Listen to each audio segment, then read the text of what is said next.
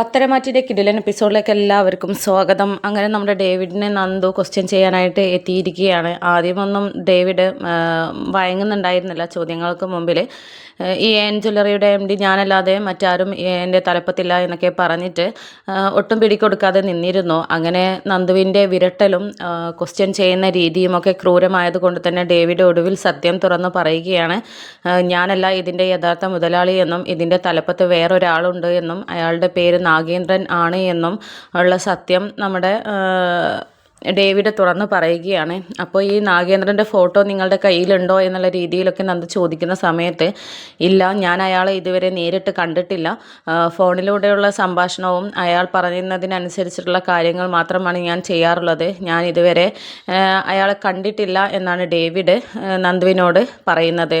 പക്ഷേ അത് വെറും കള്ളത്തരമാണ് എന്നുള്ളത് നന്ദു മനസ്സിലാക്കിയത് കൊണ്ട് തന്നെ താൻ നേരിട്ട് കണ്ടിട്ടില്ല എന്ന് പറയുന്നത് വെറും കള്ളമാണ്. കാരണം അയാളുടെ ഏകദേശ രൂപം എന്താണ് എന്നുള്ളത് ഞങ്ങൾക്കറിയാൻ സാധിച്ചിട്ടുണ്ട്. അത് ഇവിടെയൊക്കെ വന്നതിൻ്റെ അടിസ്ഥാനത്തിലും ചിലരൊക്കെ കണ്ടതിൻ്റെ അടിസ്ഥാനത്തിലുമാണ്. പിന്നെ താൻ എങ്ങനെ ഇതുവരെ കണ്ടിട്ടില്ല എന്നുള്ളത് പറയുക? ഇനിയും ചോദ്യം ചെയ്യലിൻ്റെ കടുപ്പം ഞാൻ കൂട്ടണോ, സത്യം പറഞ്ഞോ എന്നൊക്കെ പറയുന്നുണ്ട്. അപ്പോൾ ആ സമയത്ത് നാട്ടിലേക്ക് വന്നിട്ടുണ്ട്, പക്ഷേ ഇതുവരെ എന്നെ കണ്ടിട്ടില്ല എന്നൊക്കെയാണ് കള്ളത്തരം ഡേവിഡ് പറഞ്ഞുകൊണ്ടിരുന്നത്. ഒടുവിൽ ഡേവിഡ് പിടി തരുന്നില്ല എന്ന് മനസ്സിലാക്കിയതിന് ശേഷം തൻ്റെ കയ്യിലുള്ള ആ രേഖാചിത്രം, നാഗേന്ദ്രൻ്റെ രേഖാചിത്രം കാണിച്ചു കൊടുക്കുകയാണ്. ആ രേഖാചിത്രം കാണുന്നതോടെ ആകെ ഷോക്കായിട്ട് ഞെട്ടിത്തരിച്ച് നിൽക്കുകയാണ് ഡേവിഡ്. എന്നിട്ട് സാറിൻ്റെ ഫോട്ടോ എങ്ങനെ ഇവൾക്ക് കിട്ടി, ഇതെങ്ങനെ സാധിച്ചെടുത്തു എന്നുള്ള രീതിയിലൊക്കെ ഡേവിഡ് ചിന്തിക്കുന്നുണ്ട്. അപ്പോൾ ആ സമയത്ത് നന്ദു പറയുന്നുണ്ട്, താനിപ്പോൾ ചിന്തിക്കുന്നത് എങ്ങനെയാണ് മനസ്സിലായി, പിന്നെ ഈ നാട്ടിൽ വരാത്ത വ്യക്തിയെ ഞങ്ങൾക്ക് എങ്ങനെ ഇങ്ങനെ രേഖാചിത്രം മൂലം വരയ്ക്കാൻ സാധിക്കുക? അതുകൊണ്ട് ഇനി താൻ സത്യം പറഞ്ഞോ, ഇല്ലെങ്കിൽ ഇയാൾക്കുള്ള ശിക്ഷയും കൂടെ കൂട്ടിയിട്ട് തന്നെ ഞങ്ങൾ പിടിച്ച് ലോക്കപ്പിലിടും എന്നൊക്കെ ഇങ്ങനെ പറയുന്നുണ്ട്. അപ്പോൾ ഇത് കേട്ടപ്പോൾ ഡേവിഡ് ആകെ പേടിച്ച് നിൽക്കുകയാണ്. എന്നിട്ട് പറയുന്നുണ്ട്, ഞാൻ സത്യം പറയാം, പക്ഷേ സത്യം പറഞ്ഞു കഴിഞ്ഞാൽ ഇയാൾ എന്നെ കൊല്ലുമെന്ന് പേടിച്ചിട്ടാണ് ഞാനൊന്നും പറയാതിരിക്കുന്നത്.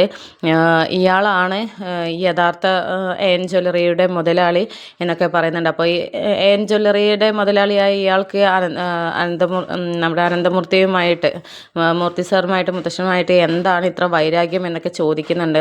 അപ്പോൾ അവർ കുടുംബപരമായിട്ട് എന്തൊക്കെയോ തർക്കങ്ങളുണ്ടെന്നാണ് അറിയാൻ സാധിച്ചത്, അല്ലാതെ വ്യക്തമായിട്ടൊന്നും എനിക്കറിയില്ല എന്നാണ് നമ്മുടെ ഡേവിഡ് നന്ദുവിനോട് പറഞ്ഞത്. അപ്പോൾ ആ സമയത്ത് ആ പറയുന്നത് കള്ളത്തരമാണെന്ന് മനസ്സിലാക്കിയിട്ട് നന്ദു വീണ്ടും ചോദ്യം ചെയ്യലിൻ്റെ കടുപ്പം കൂട്ടുകയാണ്. അപ്പോൾ കടുപ്പം കൂടി വന്നപ്പോൾ സഹിക്കാൻ പറ്റാതായപ്പോൾ ഒടുവിൽ ഡേവിഡ് ആ സത്യം തുറന്ന് പറയുകയാണ്. അനന്തപുരിയിലുള്ള ജലജയുടെ ഭർത്താവാണ് ഈ നാഗേന്ദ്രൻ എന്നുള്ളതും അഭിയുടെയും അവന്തികയുടെയും അച്ഛനാണ് എന്നുള്ളതും നമ്മുടെ ഡേവിഡ് തുറന്ന് പറയുകയാണ്. എന്നിട്ട് മാഡത്തിൻ്റെ ചേച്ചിയായിട്ടുള്ള നവ്യയുടെ ഭർത്താവിൻ്റെ അച്ഛനാണ് എന്നുള്ളതും നന്ദുവിനോട് തുറന്നു പറയുകയാണ്. ഇത് കേട്ടപ്പോൾ നന്ദു ഒട്ടും വിശ്വസിക്കാൻ പറ്റിയില്ല. കാരണം ഒട്ടും പ്രതീക്ഷിക്കാത്ത ഒരു ഇതാണ് നമ്മുടെ ഡേവിഡിൻ്റെ വായിൽ നിന്നും കേൾക്കാനായത്. അതുകൊണ്ട് തന്നെ ഇയാളെന്തിനാ ഇപ്പോൾ ഇങ്ങോട്ട് വന്നത് എന്നുള്ളത് തനിക്കറിയോ എന്നൊക്കെ ചോദിക്കുമ്പോൾ ഇല്ല, ബിസിനസ് ചെയ്യാനെന്നാണ് പറഞ്ഞത്. പിന്നെ അനന്തപുരിക്കാർക്കുമായിട്ട് എന്തൊക്കെയോ പ്രശ്നങ്ങളുണ്ടായിരുന്നു, അവരെ പുറത്താക്കിയതാണെന്നാണ് എന്നോട് പറഞ്ഞത്. അതൊക്കെ തിരിച്ചു പിടിച്ചിട്ട് അവരോട് പ്രതികാരം ചെയ്യാൻ തന്നെയാണ് എത്തിയിരിക്കുന്നത്. എന്നിട്ട് അനന്തപുരിയിൽ സാറിന് കയറി പറ്റണമെന്നുണ്ട്. ജലജയോടുള്ള സ്നേഹം കൊണ്ടൊന്നല്ല, മൂർത്തി സാറുമായിട്ടുള്ള ശത്രുത കൊണ്ടാണ്. എന്നിട്ട് അവരുടെ മുന്നിൽ ജയിച്ചിട്ട് മൂർത്തി സാറ് അവിടുന്ന് പടിയിറക്കണം എന്നുള്ളതൊക്കെയാണ് എന്നോട് പറഞ്ഞത് എന്നൊക്കെ തുറന്ന് പറയുകയാണ് ഡേവിഡ്. അങ്ങനെ നാഗേന്ദ്രൻ്റെ ഉദ്ദേശം എന്താണ് എന്നതും എന്തിനാണ് വന്നത് എന്നുള്ളതും നന്ദു അറിഞ്ഞിരിക്കുകയാണ്. അപ്പോൾ ഇത് വലിയ കുഴപ്പം പിടിച്ച കേസ് തന്നെയാണ്. ഇയാൾ ഏതൊക്കെ രീതിയിലാണ് പ്ലാനിങ് ചെയ്യുന്നത് എന്നുള്ളതും മനസ്സിലാക്കി എടുക്കണമെന്നൊക്കെ ചിന്ത നന്ദുവിൻ്റെ മനസ്സിലോട്ട് വരികയാണ്.